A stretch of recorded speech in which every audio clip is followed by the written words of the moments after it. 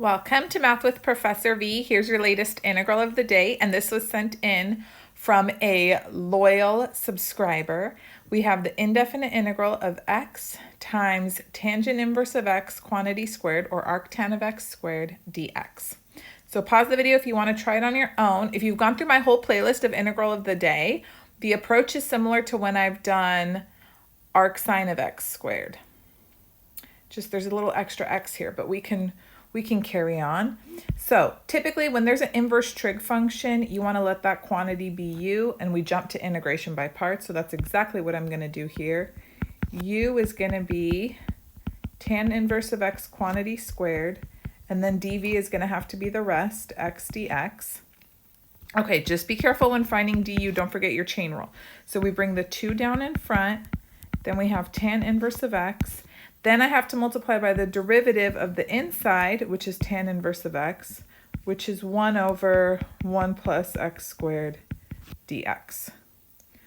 Okay, if you want to cuten it up, 2 tan inverse of x over 1 plus x squared dx, but otherwise, there it is, there's du. And then v, antiderivative of x, would just be 1/2 x squared. Lovely, lovely. So let's use our by parts formula. We're going to have u times v sitting outside. So that would be 1/2 x squared tan inverse of x squared minus integral v du.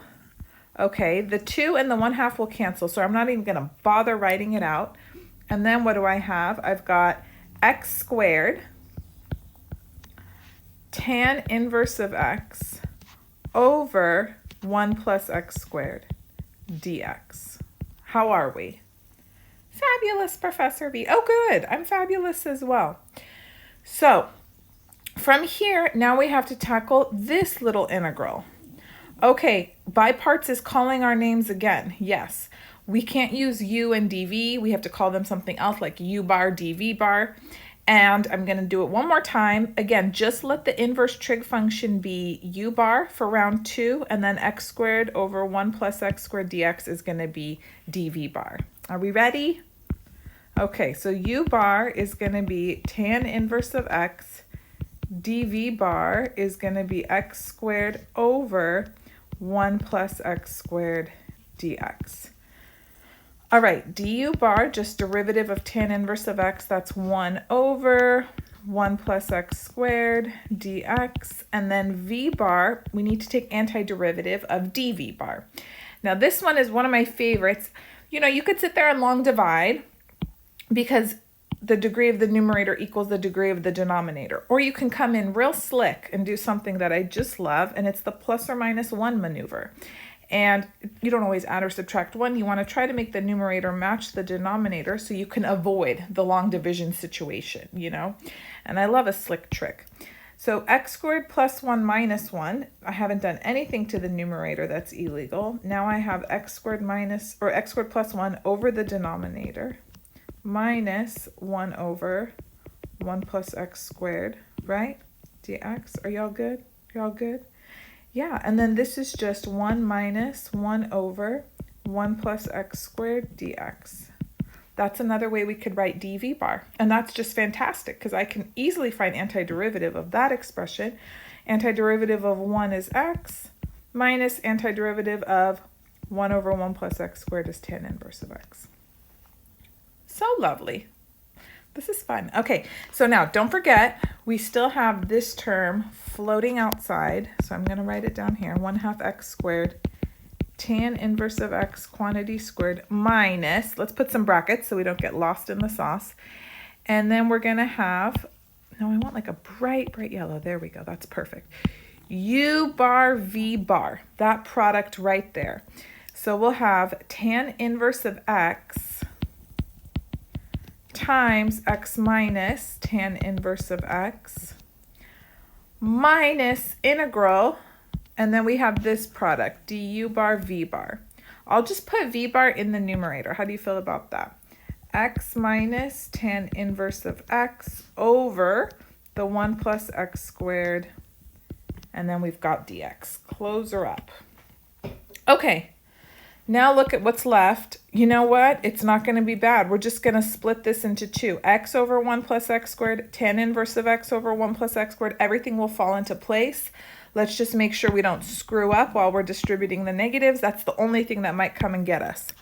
But otherwise, I'm feeling great. 1/2 x squared times tan inverse of x quantity squared minus, I'm going to be a little dangerous, guys. I'm going to distribute the tan inverse of x and the negative at the same time. So this will be x tan inverse of x plus tan inverse of x quantity squared. Okay, now minus this integral. I'm going to split her up, put the x over 1 plus x squared, but I've got another minus, so it's actually plus integral x over 1 plus x squared dx minus integral tan inverse of x over 1 plus x squared dx. Notice this one stays minus because this would be minus here, which would make it a plus, and then I have one more minus to distribute. Okay. Now, depending on where you're at, you might be able to just knock these two out mentally. If that's the case, fabulous. If not, I'll just write it out for you. Okay, you would make a little substitution. So we can't use u, we already used her up. Degree of the denominator is 1 higher than the numerator. So just come in and you can say, let's let t equal 1 plus x squared. Then dt is 2x dx. So 1/2 dt is x dx. So then we have 1/2 integral 1 over t dt, very good, which is 1/2 natural log absolute value of t. I'm going to say plus c1 because I'm going to do another little integral in a moment.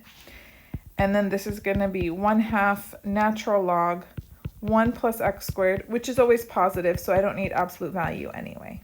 Okay, now the other one over here, tan inverse of x over 1 plus x squared. Again, we're just going to do a substitution. Let me let s, in this case, equal the numerator, tan inverse of x. And then ds would be 1 over 1 plus x squared dx, which I have right here. Beautiful. So then the integral is going to become just s ds, which is 1/2 s squared plus c2. So then we have 1/2 tan inverse of x quantity squared plus c2. Are we good? Okay, so I'm going to put all of that together with these 3 terms here. And then at the end, I'll clean up as much as possible.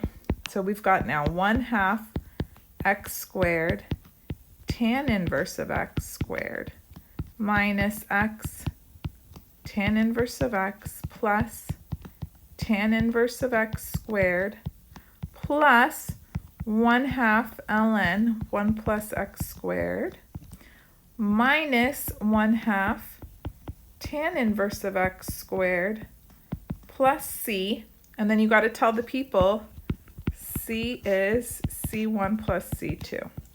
And you might be like, I'm ready to box it, Professor V, but not quite, not quite.